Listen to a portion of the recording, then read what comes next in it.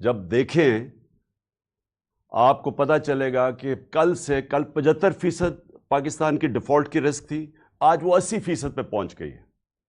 یعنی کہ باہر کے لوگ، باہر کے بینکس، باہر کے سرمایہ کار، ان کو اب یہ بتایا جا رہا ہے کہ جب 80% ایک ملک کی ڈیفالٹ کی رسک کا مطلب کہ وہ 80% چانس ہے کہ وہ اپنے قرضوں کی قسطیں واپس نہیں کر سکتے. تو یہ سارے پاکستان کے لیے لمحہ فکر ہے. کیونکہ اس کا مطلب کیا ہے؟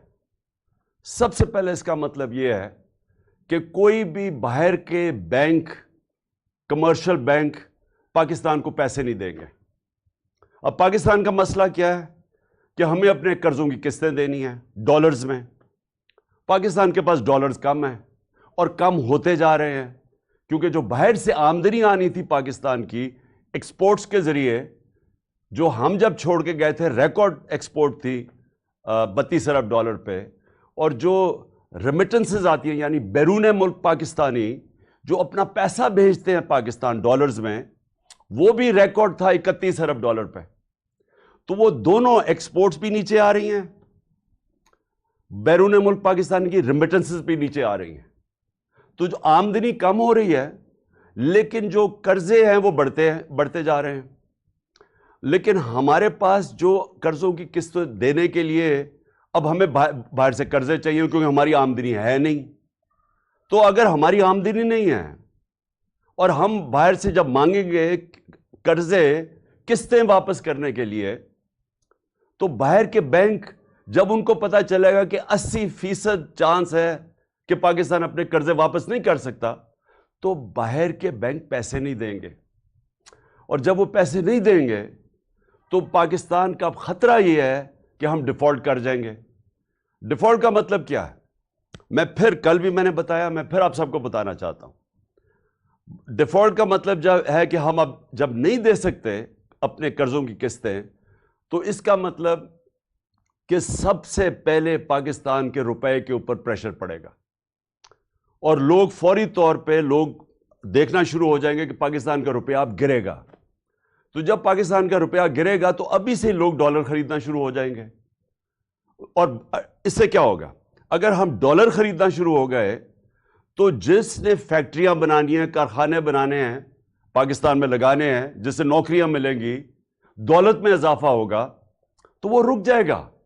کہ وہ سمجھے گا کہ میں اپنے، اور خاص طور پہ باہر جو لوگ بیٹھے ہوئے ہیں، کہ میں اپنے ڈالر پاکستان کے روپے میں کیوں بدلوں جبکہ روپے نے گرتے جانا ہے. تو کارخانے سے مجھے کتنا پیسہ مل جائے گا؟ اگر میں ڈالر ہی رکھوں تو وہ ڈالر ویسے اوپر جاتا جائے گا. تو لہٰذا وہ سرمایہ کاری رک جاتی ہے. ملک کے اندر بھی لوگ ڈالر خریدنا شروع ہو جاتے ہیں بجائے وہ پیسہ سرمایہ کاری پہ لگانے کے لیے. تو یہ کیوں ہمارے لیے لمحہ فکر ہے؟ کیونکہ اس کا مطلب یہ کہ پاکستان اب ادھر جا رہا ہے جدھر ڈیفالٹ ہونے کی وجہ سے روپے پہ پریشر پڑے گا، روپیہ گرے گا. جب روپیہ گرے گا پھر کیا ہوگا؟ مہنگائی بڑھے گی. تو آگے ہی مہنگائی آج زیادہ ہے، تو جب روپیہ مزید گرے گا تو اور مہنگائی بڑھ جائے گی، اور جب مہنگائی بڑھے گی غربت بڑھ جائے گی. 5 کروڑ پاکستانی ہیں جو غربت کی لکیر کے نیچے ہیں، اور اس کے اوپر 5 کروڑ پاکستانی ہیں جو اگر اسی طرح مہنگائی بڑھتی گئی، جو بڑھتی جا رہی ہے، تو وہ بھی غربت کی لکیر کے نیچے چلے جائیں گے. اس کا مطلب یہ کہ 2 وقت کی روٹی نہیں کھا سکیں گے. تو ایک طرف معیشت نیچے جا رہی ہے، دوسری طرف میں آپ کو بتانا چاہتا ہوں کہ آج زراعت میں کیا ہو رہا ہے. جو ہماری آبادی ہے، دیہات کی آبادی، اور تقریباً ہماری ایک تقریباً آدھی آبادی بالکل زراعت کے اوپر گزارا کرتی ہے. تو میں یہ آج آپ کو ذرا زراعت کی، جو میں نے حکومت کی ایک کمیٹی ہے، فائنانس کمیٹی آن ایگریکلچر، میں ذرا اس کی رپورٹ دینا چاہتا ہوں کہ انہوں نے اب وہ کیا کہہ رہے ہیں. وہ کہہ رہے ہیں کہ اس سال جو کپاس ہے وہ 25% کم ہوگی. 25% کپاس ہماری کم ہوگی. مکئی 3% کم ہوگی. گنا 8% کم ہوگا. جو پھر ہمارے لیے ایک آگے فکر کی چیز ہے وہ یہ کہ چاول 40% کم ہوں گے، یا اگلے سال چاول 40% کم ہوں گے، مرچیں 54% کم ہوں گی. اور یہ ہے ہماری اپنی گورنمنٹ کی فائنانس کمیٹی آن ایگریکلچر. اب یہ کیوں ہوا ہے؟ یہ کیوں کم ہو رہی ہیں؟ یہ اس لیے کم ہو رہی ہیں کہ اب ذرا آپ کو میں قیمتیں بتاؤں کہ ٹریکٹر کی پچھلے 5 مہینے میں جو ٹریکٹر کی سیل ہے وہ 45% کم ہو گئی ہے. اور پھر جو ڈی اے پی ہے، ڈیپ ہے، جو کہ کھاد ہے ایک، وہ 75% کم ہو گئی ہے. یوریا کھاد 8% کم ہو گئی ہے. پوٹاش کھاد 85% کم ہو گئی ہے. ڈیزل جو لوگ کسان خرچ کرتا تھا 22% کم ہو گیا. یہ کیوں ہوا ہے؟ ان کی قیمتیں بڑھ گئی ہیں. کیونکہ جو کسان استعمال کرتا ہے جو چیزیں جس کی وجہ سے پیداوار بڑھتی ہے، یوریا، ڈیزل، کھادیں، ان ساروں کی قیمتیں بڑھ گئی ہیں. کیونکہ ان کی قیمتیں بڑھ گئی ہیں، ہمارا اس وقت زراعت کے اندر یہ جو میں نے فصلیں بتائی ہیں، یہ ساری ان کی جو پیداوار ہے وہ کم ہو گئی ہے. اور یہ زراعت کا حال ہے. دوسرا انڈسٹری، ہم جب چھوڑ کے گئے تھے تاریخی انڈسٹری آگے بڑھ رہی تھی 27%. آج وہ گر کے آ گئی ہے 7 مہینے کے بعد 1% پہ. تو جب انڈسٹری بھی نیچے آ رہی ہے، زراعت بھی نیچے آ رہا ہے، تو دولت میں تو اضافہ ہو نہیں رہا پاکستان کے، بلکہ دولت کم ہوتی جا رہی ہے. اور جب دولت کم ہوتی جائے گی تو قرضوں کی قسطیں کدھر سے واپس کرنی ہے؟ اب یہ سوچنا، ایک گھر ہے، گھر کے اوپر قرضے چڑھے ہوئے ہیں. گھر وہ قرضے کیسے اتارے گا؟ آمدنی بڑھا کے اتارے گا. جب وہ گھر کے سارے لوگ مل کے اپنی آمدنی کے اندر اضافہ کریں گے تو وہ اضافی آمدنی کے ذریعے وہ قرضوں کی قسطیں واپس کریں گے.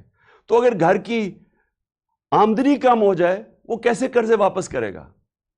اور جب وہ قرضے واپس نہیں کرے گا، دنیا قرضے نہیں دے گی. دنیا قرضے نہیں دے گی تو ہمارا سب سے بڑا جو پھر سے میں کہہ رہا ہوں خطرہ ہے، روپے پہ پریشر پڑے گا. روپیہ کمزور ہوگا، جو ہوا ہے ان کے دور میں روپیہ تاریخی گرا ہے. تو روپیہ جب گرتا ہے تو ساری چیزیں مہنگی ہو جاتی ہیں. تیل، ڈیزل، بجلی، یہ سب جب روپیہ نیچے جائے گا یہ مہنگے ہو جائیں گے. اور یہ مہنگائی جتنی بڑھتی جائے گی غربت بڑھتی جائے گی. تو پہلے زراعت کا میں نے آپ کو بتایا، میں نے انڈسٹری کا بتایا آپ کو کہ وہ نیچے آ گئی ہے. اس کا مطلب بے روزگاری بھی بڑھ رہی ہے، مہنگائی بھی بڑھ رہی ہے. 50 سال میں سب سے زیادہ مہنگائی ہوئی ہے. اب عموماً تو حکومت کو فکر کرنی چاہیے. حکومت کی تو سب سے زیادہ زور لگنا چاہیے کہ جو معاشی بحران آ رہا ہے، یہ جو آگے تباہی آ رہی ہے، حکومت کو تو سارا وقت اس کے اوپر زور دینا چاہیے. لیکن حکومت کیا کر رہی ہے؟ حکومت سب سے پہلے یہ کوشش کر رہی ہے کہ ان کی جو کرپشن کے کیس ہے وہ ختم کیسے ہوں. یہ کبھی کسی ملک کے اندر ایسے نہیں ہوا کہ 1100 ارب روپے کے کرپشن کے کیس ہیں جو نیب میں پڑے ہوئے تھے. 1100 ارب روپے کے. اور انہوں نے اسمبلی میں بیٹھ کے قانون پاس کیا ہے جس سے ان میں ہر کسی کے جو بڑے بڑے ڈاکو ہیں ان کے کرپشن کیس ختم ہو رہے ہیں. تو سب سے بڑا ان کا کارنامہ یہ ہے کہ جب سے یہ آئے ہیں انہوں نے قانون بنایا ہے، اپنے آپ کو این آر او دے دیا ہے، ان کے کرپشن کے کیسز ختم ہوتے جا رہے ہیں. قوم کو 1100 ارب روپے کا نقصان ہو رہا ہے. انہوں نے وہ جی عمران ہر کوئی شوشہ چھوڑتے ہیں، وہ صرف وہ ہوتا ہے کہ ایک ان کی جو چینل ہے جیو، اس کے ساتھ مل کے پروپیگنڈا کرتے ہیں کہ جی وہ گھڑی ہے. وہ گھڑی کے اوپر تو میں یہ کہہ دوں کہ میں ان کو امریکہ میں بھی اب کیس کر رہا ہوں، برطانیہ میں بھی کر رہا ہوں، دبئی میں بھی کر رہا ہوں. اور میں وہ اس لیے کر رہا ہوں کہ وہاں تیزی سے کیسز ہوں گے. اور انشاءاللہ یہ میں ان کو ایکسپوز کروں گا کہ یہ جو اب آزادی صحافت کے نام پہ یہ جو میڈیا ہاؤسز بنے ہوئے ہیں، ان کی یہ ایجنڈوں پہ کام کرتے ہیں. یہ وہ لوگوں کے ساتھ مل کے بلیک میل کرتے ہیں. اور یہ انشاءاللہ مجھے انہوں نے ایسا موقع دیا ہے کہ میں اب باہر کی عدالتوں کے اندر ان کو ایکسپوز کروں گا جو انہوں نے یہ فراڈ کے ساتھ میرے اوپر یہ جو الزامات لگائے ہیں. لیکن کہاں یہ چند کروڑ کی بات جو اٹھا دی اتنی، اور کہاں 1100 ارب روپے کے کیسز معاف ہو رہے ہیں ان کے. اور شہباز شریف کے اور بیٹوں کے اوپر 16 ارب روپے کا وہ کیس ہے جو کہ ایف آئی اے کے اندر وہ 4 گواہ مر چکے ہیں, ایک انویسٹیگیٹر مر چکا ہے, اس کے اوپر کوئی بات نہیں ہو رہی. اس کے کیس وہ آرام سے اپنے اوپر ایف آئی اے کا اپنا آدمی بٹھا کے وہ کیس ختم, نیب کا اپنا آدمی بٹھا کے 8 ارب روپے کے نیب کے کیس تھے جو ٹی ٹی کیس تھے, جو جعلی نام پہ انہوں نے پیسہ منگوایا تھا پاکستان, وہ اپنا آدمی بیٹھ کے اب وہ کیس ختم ہوگا. زرداری کے کیس وہ ختم ہوں گے.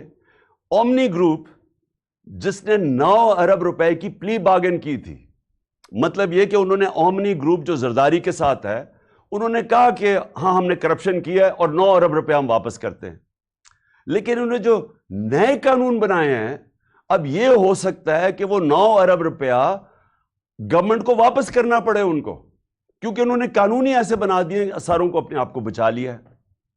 اور وہ جو ایونس فیلڈ ہے, جو پینما کے پیپرز کے اندر جو انکشاف ہوا تھا کہ لنڈن کے بڑے بڑے 4 محلات مریم کے نام پہ ہیں, تو وہ بھی اب سارا کیس ختم ہو گیا. اور وہ جو حسن شریف ہے جو 10 ارب روپے کی پراپرٹی لنڈن میں 1 ہائیڈ پارک میں ہے, اس کے اوپر بھی اب کوئی نہیں پوچھے گا. اور یہ ان کا اصل میں آنے کا مقصد تھا, اپنے کیس ختم کرنے کے لیے. اور دوسری چیز کہ یہ پھر بلون چھوڑتے ہیں کہ جی دیکھیں اس کے توشہ خانہ ہو گیا اور فورن فنڈنگ ہو گئی اور میڈیا ان کے ساتھ مل کے اس کو اٹھاتا ہے.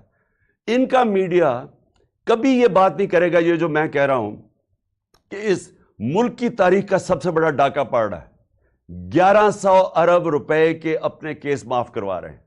اور اسی لیے یہ آئے تھے, ملک کا دیوالیہ نکال دیا ہے. 5% تھی پاکستان کی ڈیفالٹ کی رسک, یعنی جب ہم تھے مارچ کے اندر, یہ جو نو کانفیڈنس سے پہلے, تو پاکستان اپنے قرضوں پہ کتنا ڈیفالٹ کرتا ہے, وہ 5% تھی. آج 80% ہے ان کے آنے سے, 80%. اب جب چانس آ گئی تو میں نے آپ کو بتا دیا ہے کہ یہ دنیا کے اندر پیغام چلا گیا ہے کہ پاکستان کا اب دیوالیہ نکلنے لگا ہے. میں نے ایک سمیع ابراہیم کے ساتھ پروگرام کیا تھا 6 مہینے پہلے, میں نے پیشن گوئی کی تھی. میں نے سمیع ابراہیم کے پروگرام میں پیشن گوئی کی تھی کہ ان سے معیشت نہیں سنبھالی جائے گی, یہ معیشت نیچے جائے گی, ہم اپنے قرضوں کی قسطیں نہیں ادا کر سکیں گے, کیونکہ یہ پہلے ہی دیوالیہ نکالا ہوا پاکستان 2018 میں پہلے یہ چھوڑ کے گئے تھے. جب یہ 99 میں گیا تھا نواز شریف, تب پھر دیوالیہ نکلا ہوا تھا پاکستان کا. تو انہوں نے تو کبھی بھی ٹھیک نہیں کیا, انہوں نے تو تباہ کر کے گئے ہیں. تو اب انہوں نے آگے کیسے ٹھیک کرنا تھا؟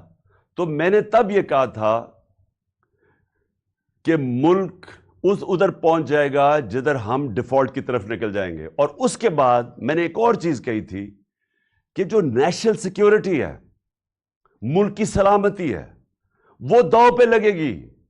کیونکہ جو لوگ ہمیں نکالیں گے اس سے ڈیفالٹ سے, میں آج آپ کو کہہ رہا ہوں کیونکہ میں 3.5 سال اقتدار میں رہ چکا ہوں, اور میں ان کو ویسے بھی جانتا ہوں, ان لوگوں کو جن کے پاس ہم جائیں گے ہاتھ پھیلا کے کہ جی اب ہماری مدد کریں, ہمیں نکالیں اس میں سے.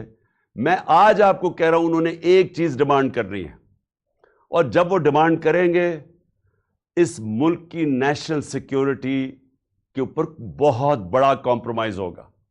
اس لیے میں نے 6 مہینے پہلے کہا تھا, اور جب میں نے یہ کہا انہوں نے کہا عمران خان کے اوپر غداری کے کیس بننا چاہیے, اور آج وہ ہم ادھر آ کے کھڑے ہو گئے.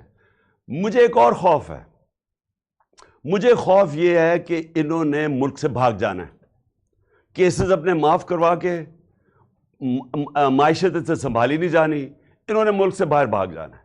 اور اس لیے جو سارے کام کر رہے ہیں اپنے کیسز ختم کروانے کے لیے جو کر رہے ہیں, اپوزیشن کو دیوار سے لگا کے ہمارے اوپر کیسز, یہ جو قاتلانہ حملہ میرے اوپر کیا ہے ان کی ذمہ داری ہے. ان کی ساری کوشش یہ ہے کہ کسی نہ کسی طرح ہمیں اپوزیشن کو کسی طرح ختم کیا جائے, اپنے کیسز ختم کیے جائیں. اور یہ جو اب قانون بدل رہے ہیں, آرمی ایکٹ بدل رہے ہیں, صرف ان کا ایک مقصد ہے کہ کسی طرح ہم آرمی چیف بھی وہ لے آئیں جو ہمارے ایجنڈا پہ کھڑا ہو جائے, جو ہمیں تحفظ دے, جو ہمیں بچائے. تو ساری کوشش یہ ملک کے لیے نہیں ہے، یہ سارا مقصد یہ ہے کہ ہم کسی طرح جو ہم نے 30 سالوں میں جو چوری کی اور خاص طور پہ پچھلے 10 سال میں، ہم کسی طرح اس کو بچا لیں۔ میں نے جب میں پرائم منسٹر بنا تھا، میں نے پہلے دن اپنی قوم سے جب خطاب کیا تھا، میں نے یہ ایک چیز کہی تھی کہ ان کے مفادات اور پاکستان کے مفادات دونوں تضاد میں ہیں۔ یہ اگر یہ رہ گئے، یہ پاکستان کو نقصان پہنچائیں گے، اور اگر پاکستان نے آگے بڑھنا ہے تو ان لوگوں کو قانون کے نیچے لانا پڑے گا، ان کو NRO نہیں دینا پڑے گا۔ 3.5 سال میں کہتا رہا کہ میں NRO نہیں دوں گا کیونکہ ملک سے غداری ہوگی۔ آج یہ ملک سے غداری آپ کے سامنے ہو رہی ہے، قوم کے سامنے۔ کوئی ان کو فکر نہیں ہے کہ ملک کسان تباہ ہو گیا، انڈسٹری بند ہو گئی، بے روزگاری بڑھ گئی، 50 سال میں سب سے زیادہ مہنگائی ہوگی۔ یہ ان کا کنسرن نہیں ہے۔ ان کا صرف یہ مقصد تھا کہ پہلے یہ ان کے کیسز ختم ہوں، اس کے بعد اپوزیشن کو کسی طرح ختم کیا جائے، اور پھر ان کا کبھی مقصد آرمی چیف کو اپنا آرمی چیف لانے کا یہ نہیں ہے کہ وہ آرمی کے ادارے کو مضبوط کرے گا، وہ پروفیشنل ہوگا۔ میں آرمی کے ان کے اوپر جو بھی کنٹینڈرز ہیں ان کے اوپر بات نہیں کر رہا، میں ان کی نیت کے اوپر بات کر رہا ہوں۔ میں ان کو 40 سال سے جانتا ہوں، انہوں نے آج تک ملک کے لیے کوئی فیصلہ نہیں کیا۔ ان کے سارے فیصلے ہوتے ہیں اپنی ذات کے لیے، اپنی فیکٹریوں کے لیے، اپنی چوری کے لیے، اپنے جو محلات باہر بچانے کے لیے۔ تو مجھے جو خطرہ ہے وہ یہ کہ یہ سارا کر کے جس طرف ملک جا رہا ہے، یہ ملک سے بھاگیں گے، پھر سے ملک چھوڑ کے بھاگیں گے۔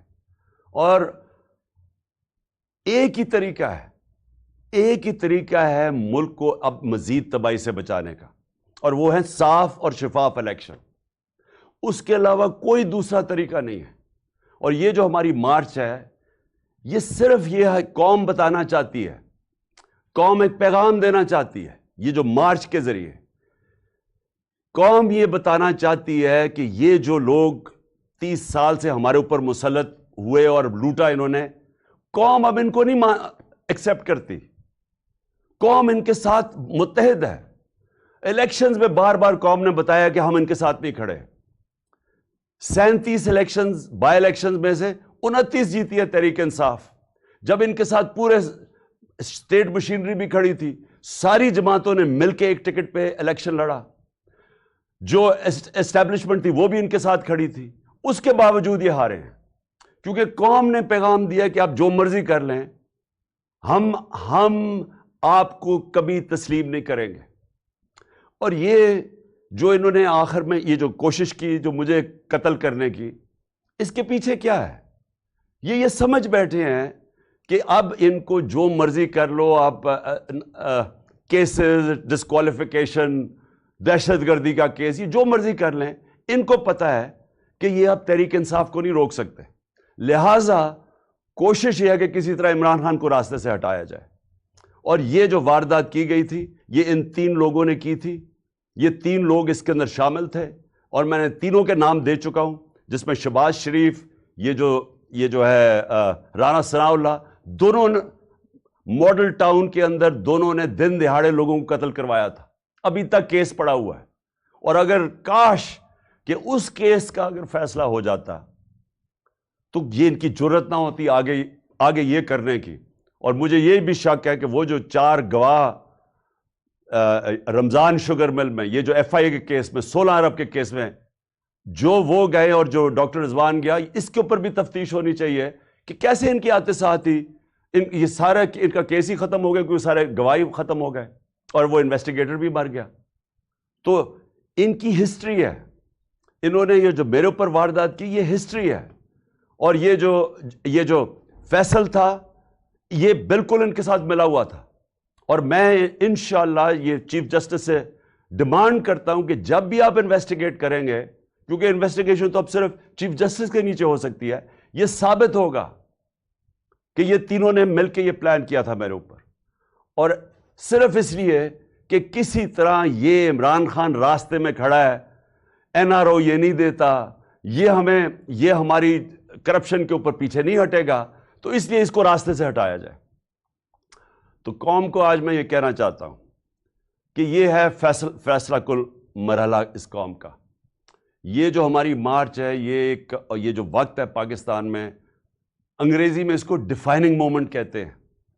ہماری تاریخ کے اندر یہ وہ وقت آ گیا کہ ہم اپنے ملک کا راستہ بدل سکتے ہیں. اگر قوم جب کھڑی ہو جاتی ہے، جب قوم فیصلہ کر لیتی ہے کہ ہم نا انصافی نہیں برداشت کریں گے، ہم ظلم نہیں برداشت کریں گے، وہ قوم اپنے آپ کو آزاد کر دیتی ہے. اور اللہ نے اس کو جہاد کہا ہوا ہے کہ ظلم اور نا انصافی کے اوپر اس کا حکم ہے ہمیں کہ آپ کھڑے ہوں اس کے خلاف. اس ظالم اور ظلم خوف کے بت کے سامنے نہ جھکو، کھڑا ہو اس کے سامنے، اور تب اللہ قوموں کو آزاد کرتا ہے. کبھی بھی وہ قوم جو نا انصافی کو برداشت کر لیتی ہے اور اس طرح کے چوروں کو اپنے اوپر برداشت کر سکتی ہے، کبھی اس قوم کو کوئی مستقبل نہیں ہوتا. وہ مقروض ہی رہتی ہے، وہ ہمیشہ غریب ہی رہتی ہے. وہ قوم، اس کا کبھی پرواز اوپر نہیں جاتی. اور ہمارا ملک تو بڑا ایک عظیم خواب کا نام تھا. ہمارا وہ خواب تھا جو ہم نے ایک مثالی اسلامی فلاحی ریاست بنانی تھی مدینہ کے طرز کے اوپر، اور ہم نے وہ اصولوں پہ کھڑا کرنا تھا جس کا سب سے بڑا اصول عدل اور انصاف تھا. اور ہم اسی اصول سے بہت دور چلے گئے ہیں، اور اسی وجہ سے آج ہمارا ملک ترقی نہیں کر سکا. تو اس لیے یہ جو مارچ ہے، حقیقی آزادی کی مارچ، یہ دراصل ہم اپنے آپ کو انصاف کے ذریعے آزاد کرنا چاہتے ہیں. یہ جو طاقتور ہے، جو قانون کے اوپر چلا جاتا ہے، وہ سمجھتا ہے کہ اس کے نیچے قانون ہی نہیں ہے. میں پاکستان کا ایکس پرائم منسٹر FIR نہیں درج کروا سکا کیونکہ وہ طاقتور ہیں. تو اگر ملک کا ایکس پرائم منسٹر، سب سے بڑی پارٹی کا سربراہ، قاتلانہ حملہ اس کے اوپر ہوتا ہے، اگر وہ FIR نہیں درج کروا سکتا، تو اس ساری عوام سے میں پوچھتا ہوں، آپ کے ہاتھ میں کیا ہے؟ اس کا مطلب کہ جب عوام طاقتور کے سامنے آئے گی تو وہ تو کبھی جیت سکتی نہیں ہے، کیونکہ انصاف ہی نہیں ہے. تو یہ جو آپ نکل رہے ہیں، پہلے تو میں پھر سے آپ سب کو سلام کرتا ہوں، لیکن دوسری چیز میں یہ کہنا چاہتا ہوں کہ یہ جب جد و جہد کرتے آپ انصاف کے لیے، یہ پھر اس کی پیچھے نہیں ہم مڑ کے دیکھتے، ہم اپنی کشتیاں جلا کے جد و جہد کرتے ہیں. اور میں انشاءاللہ جو پلان کر رہا ہوں، اور میں سیٹرڈے کو اناؤنس کروں گا کہ کس دن میں نے پنڈی پہنچنا ہے، اور انشاءاللہ یہ میرا ایمان ہے، کیونکہ میری قوم جاگی ہوئی ہے آج. یہ میرا ایمان ہے کہ پاکستان کی تاریخ میں سب سے بڑا عوام کا سمندر انشاءاللہ پنڈی پہنچے گا.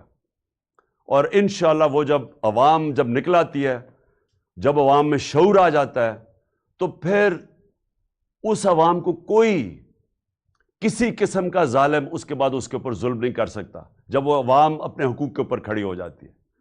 تو میں اب سب سے انشاءاللہ آج امید لگاتا ہوں کہ آپ سب نے انشاءاللہ پنڈی پہنچنا ہے، جب میں آپ کو دن دوں گا، جس دن میں وہاں پہنچوں گا. پاکستان پائندہ باد.